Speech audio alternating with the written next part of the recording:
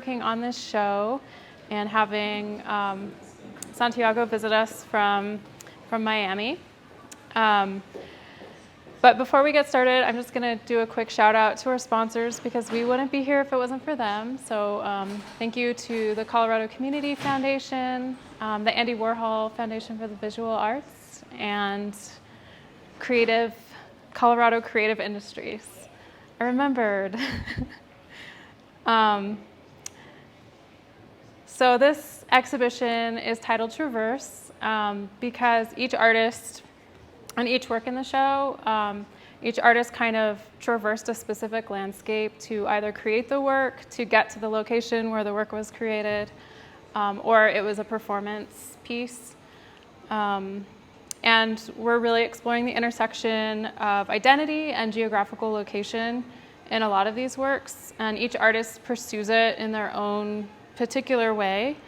Jenna Maurice, whose work is over there by the bench, is really exploring landscape through nonverbal communication in a very physical and tangible sense. Chrissy's work, who's behind me, explores the metaphysical and the internal sort of landscape. And then FPPR, who Santiago is representing here today, is the post-punk collective revolution from Colombia, and they have a political and social approach. And then Annette Isham, whose work is in the far corner, is using mythology and the sublime to have a dialogue with the landscape. And so each piece has a really unique and different approach, and they're all kind of different from piece to piece. There's this balance between like the physical realm and then everything else. So there's the metaphysical, the political, the historic, the emotional, the mythological that comes up in a lot of the pieces. A lot of the questions that I was thinking about when I was putting this show together was things like, does a place hold memory, and how does it do that? What does a landscape or a place encompass other than its visual imagery? And how can we unravel the layers and dimensions of a space or a landscape?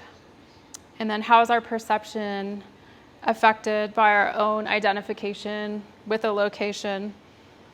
And how does that history of a place color our experience? So those are just some of the things I was kind of processing as I was putting this work together.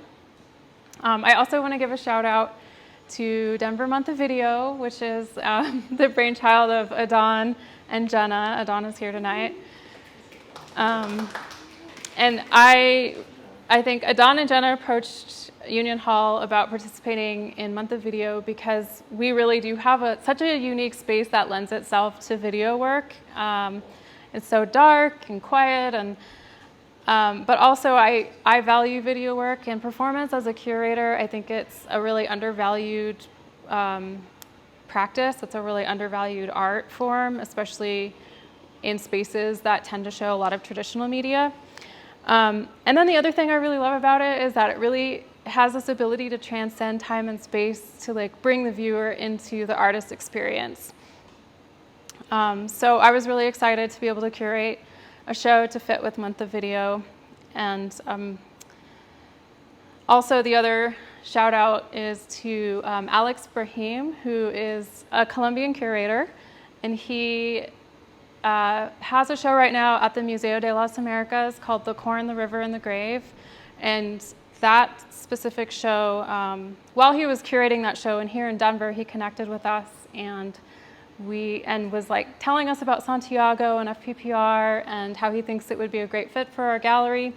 But little did he know that I was working on a show titled Traverse and dealing with identity and geographical locations and the intersection of that. And that's exactly what the work is that Santiago brought to us. And the serendipity in it too is that we are near Union Station, near the train tracks, and Alex kind of connected those dots as well. And this work in particular is connected to the train tracks and the rivers of Bogota, Colombia.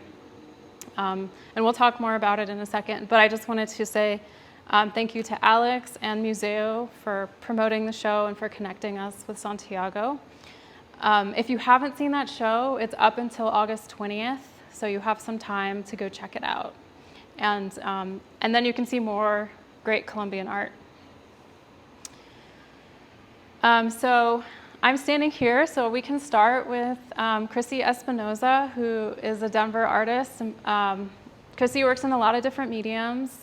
I particularly enjoy her photography, which is behind me, and also the piece that's behind Santiago over here.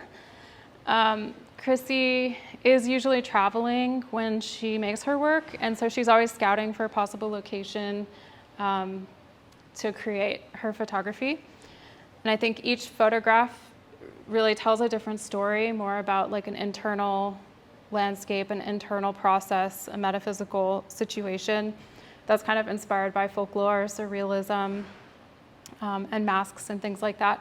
But I just really love her use of color and light and her stark imagery and her process, because she travels a lot to these different locations to set up and create something that represents more of an internal space. So I like this opposition and this idea of physically traveling to a new place to do an internal sort of reflection.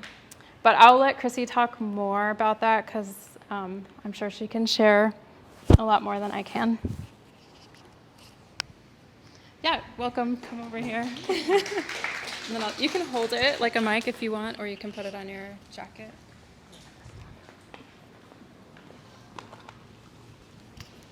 And if you have any questions that pop up while any of us are talking, feel free to ask. And we're filming it. So most of my photos are kind of based on travel, and kind of I do a lot of research either online or word of mouth of kind of cool and interesting places to see. One of the resources I use online is called Atlas Obscure.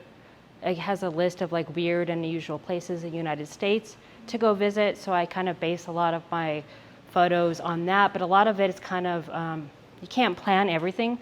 Like, so I kind of like that you can't. Like, I like to plan it on composition, kind of like of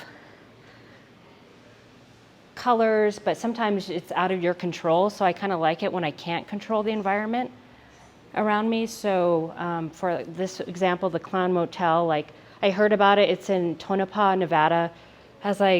I thought for sure there was going to be a room full of like clowns. And I was like, oh my God, I don't have to do much. I just need to have a figure and I could take photos. But then when I went to the hotel, everything outside was full of clowns. But when you went into the room, it was like one photo of a clown. And I was like, oh shoot. So like, what the hell am I going to do? So it's kind of where you have to improvise and have like your imagination kind of run over. And that's what I like about the improvisation of not having everything planned. So I had to feel like what would make this photo interesting? And if there was too many clowns in the background, that's kind of taking control of the imagery, and it's not somebody using their imagination of what this photo should be about. I kind of like the exercise of seeing something simple. So a lot of my photos is pretty stark. There's not a lot of stuff or things inside of them. Like you kind of have to like come up in your own imagination of what you think the photo's about. So I think it kind of worked out perfectly where I'm glad there wasn't a lot of clowns in the room, because then that would have taken over the photo, I think. But it was me just kind of like, okay, let's put this chair on the couch and let's have string, silly string. So it's kind of my exercise of working my imagination on our travel, where I don't have a lot of resources and I kind of have just like a bag full of costumes and ideas and some props, but I think it's kind of going into his space and seeing where your imagination takes you and making a photo out of that. Thank you.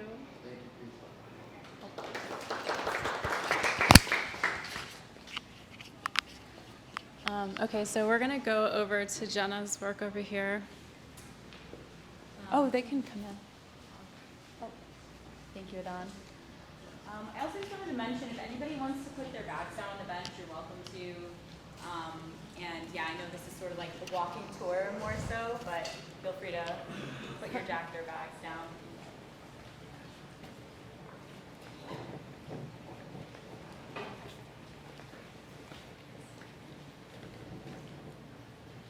So this is the work of Jenna Maurice, who is also one of the organizers for Month of Video. Jenna's work deals a lot with communication, specifically nonverbal communication, and she really takes inspiration from the early stages of human development that use things like mimicry and nonverbal cues, and to really explore the tangible physical space and the boundaries of just human connection and the nature of communication.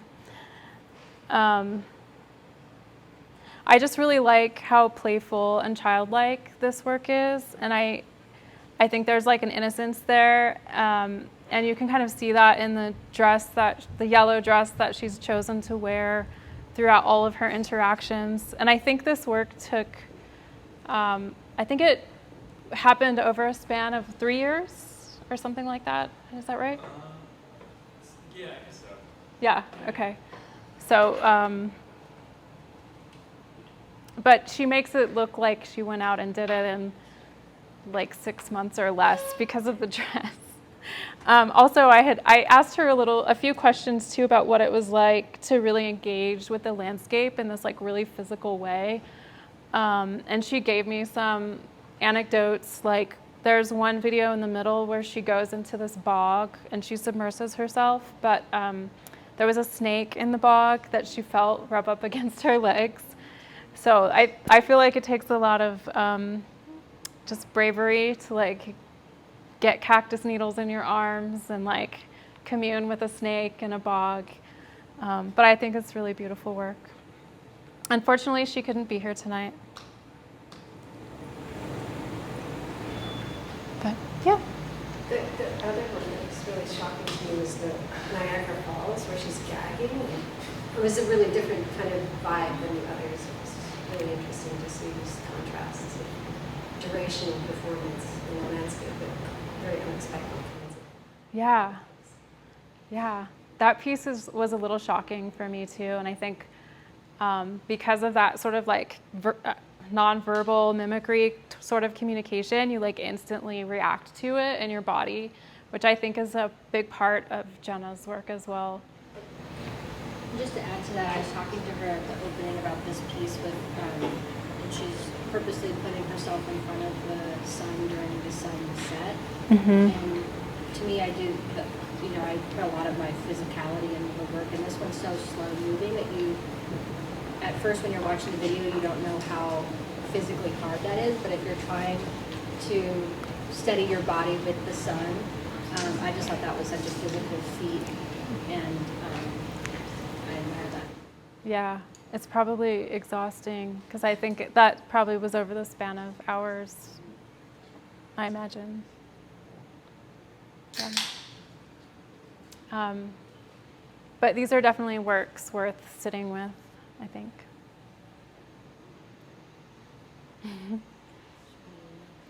Yeah. Yeah, we'll move over to Santiago's pieces.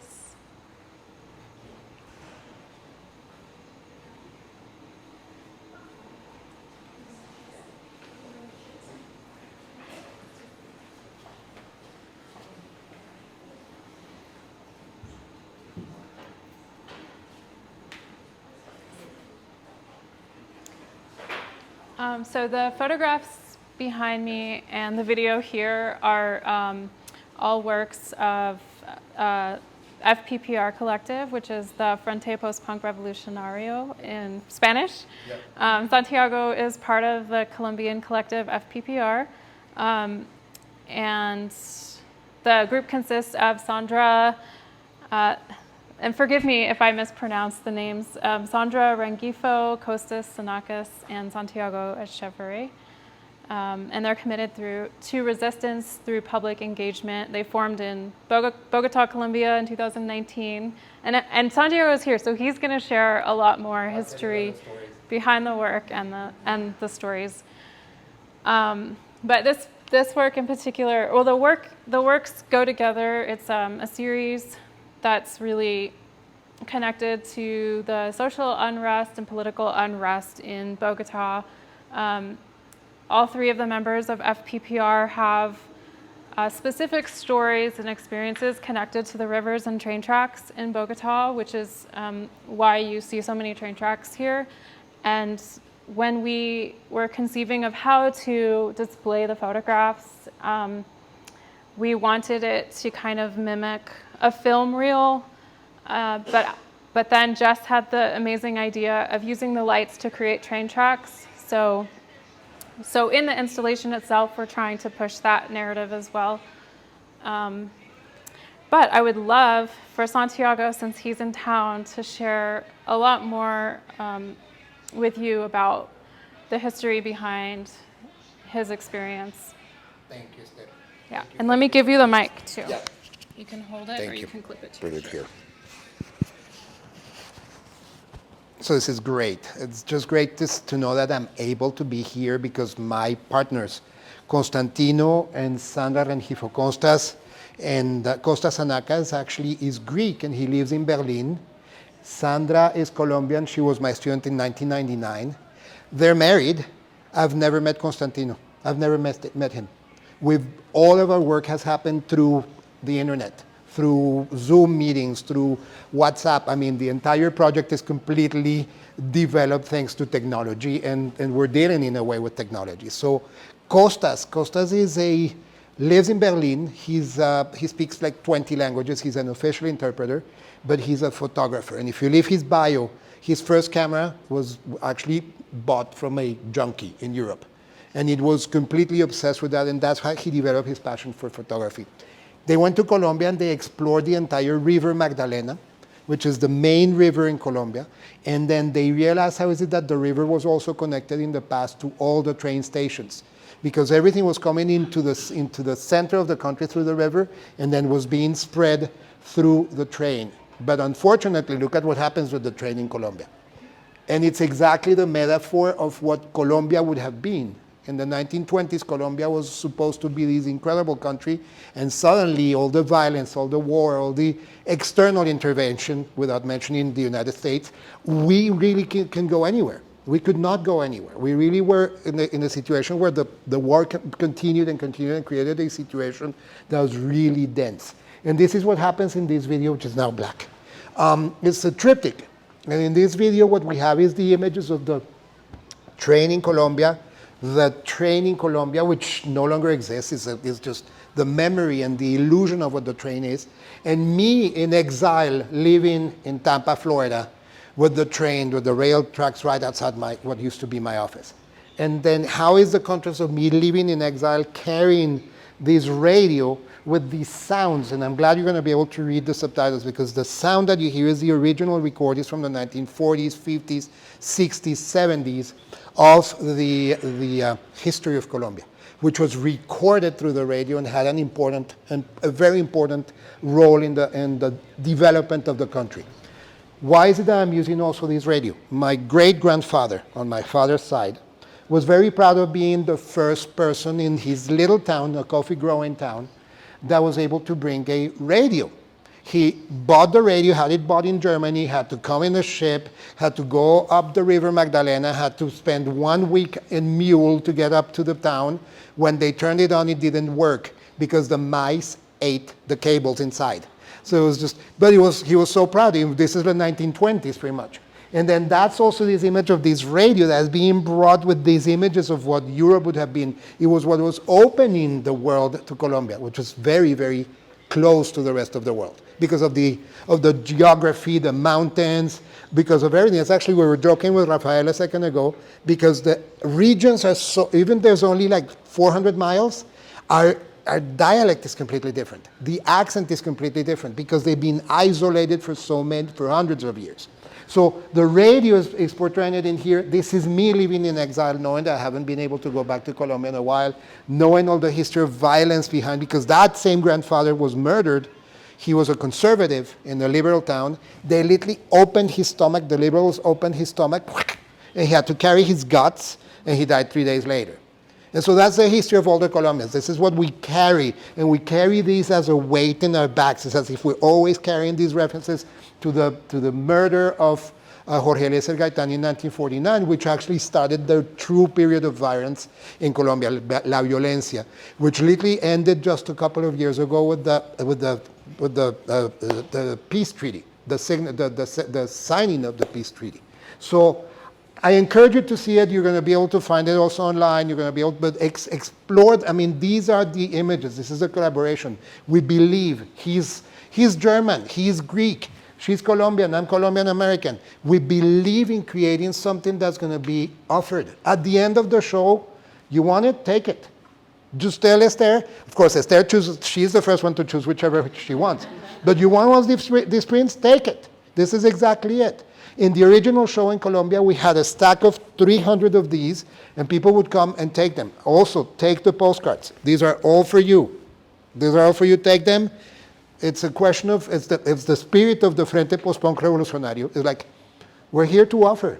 We're here to give you what we believe in. This is our passion. We want to change the world. So that's why I'm here. Thank you.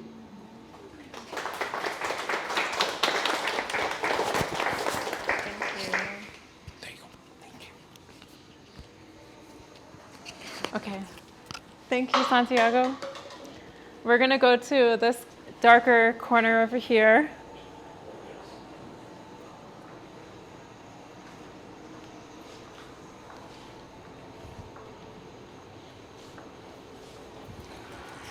I know.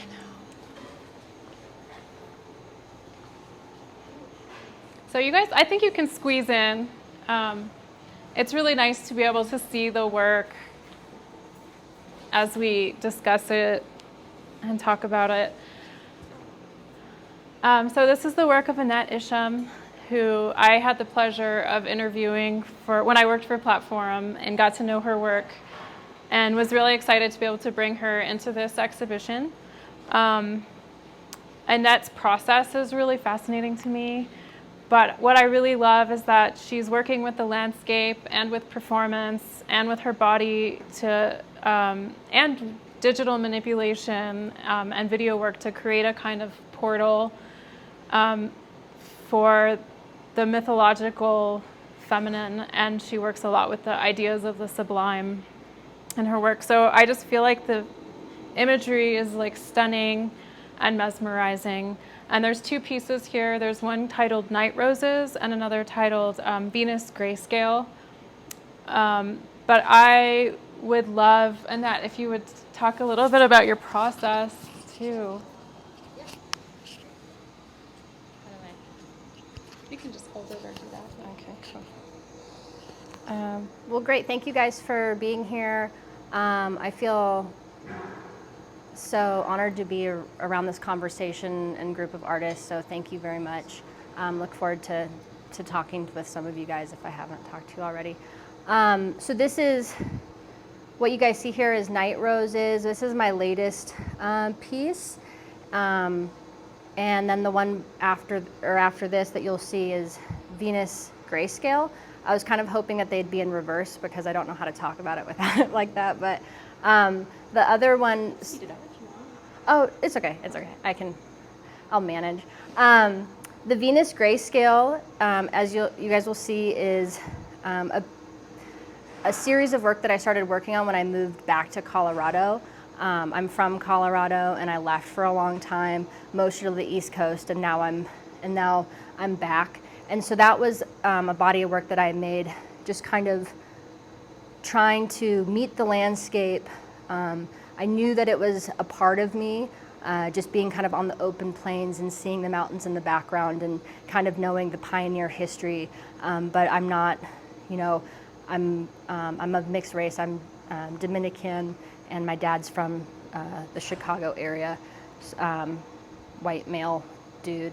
So I always kind of have this kind of questioning of why is this landscape informing me? Why does it affect me? Do I have any history with it? All of those kind of questions. And so I kind of wanted to tackle that when I moved home or back. And so that piece is about the Rocky Mountains and just kind of seeing them. And to do that, I kind of made this mythical creature, this kind of feminine beast. who's just kind of like gross and gnarly.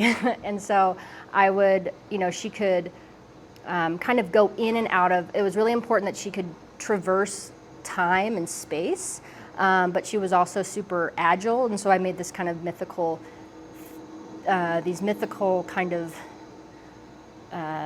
pieces, or these like small, what is it called? Short stories, I guess.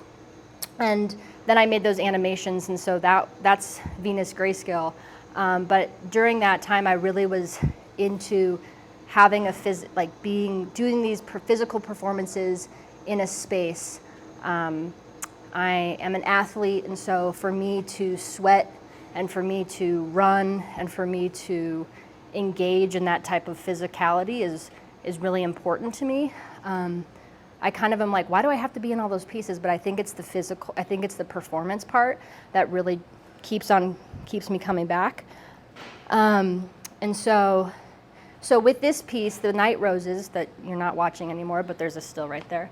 I kind of wanted to, I look at landscape and I try to kind of imagine or like a portal space. I like being able to kind of go in and out of, like I said, time and space. And so this forest that I know well, it's up in the Upper Peninsula of Michigan. My family has a cabin there, and so I'm really connected with that part of the country, but also there's a part of me that has a completely different identity. And so I tried to pull through these like Victorian costumes, and so that's pretty much all I did. And then that's kind of where I went, and then the rest of it was just, let's make a trippy video where I'm playing with drones and trying to make my body multiply and divide and become, it's important for me to have you guys recognize it's a human form, but also have it transcend that and be a different form. And so those were kind of the ideas that I had going into it. As you perform in a space, in costume, are you also like manipulating? No, I have done. Okay. So I've done both. This one I have a pilot with me, my partner, but no, I've had it record. So like when I was doing this Venus one, or that Venus series, you can program the drone to do a route. And so that was a lot more primal because I was like chasing something, and I really liked that. But then this one, no, I'm just telling people what to do, like go down here and then chase me and then like let me run at you as fast as I can and then I'll almost fall and stuff like that. So yeah, it's almost like, yeah, I got to leave everything out there on the field, kind of. But, so yeah. These figures, that's you too? That's me too, but that was made. So this piece, this was made during COVID. I just had a baby, and a lot of my process is like taking my videos, taking stills, and then messing with those things. And so that is me, but it's a lot of cutouts of me. So this comes from a series where I am running in that outfit. If you care to look at it, it's a Venus series.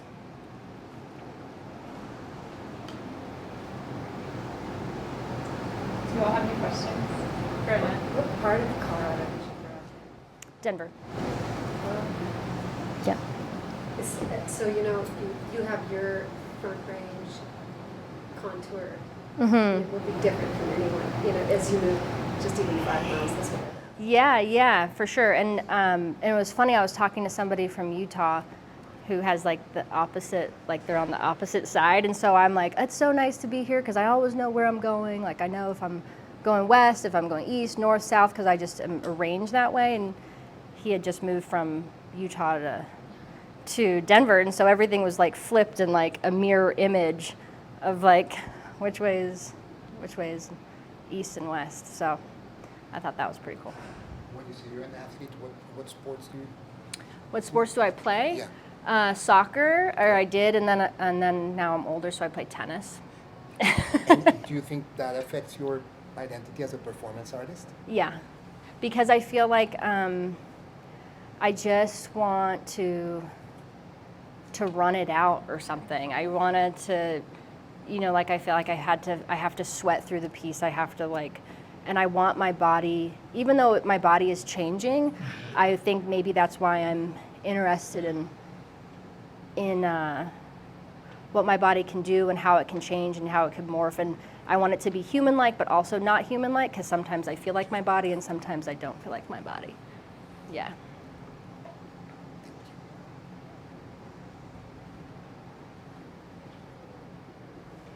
What are you working on? Do you have anything? Actually, this is for everyone, for all the artists. So do you all have anything coming up that our audience can keep an eye out for?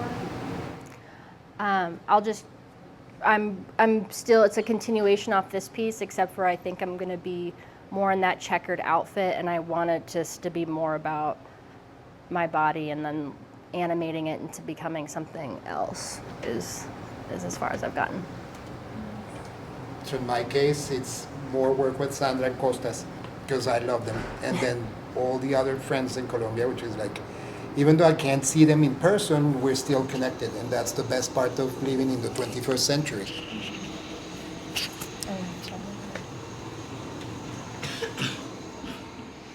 Chrissy, do you have any upcoming?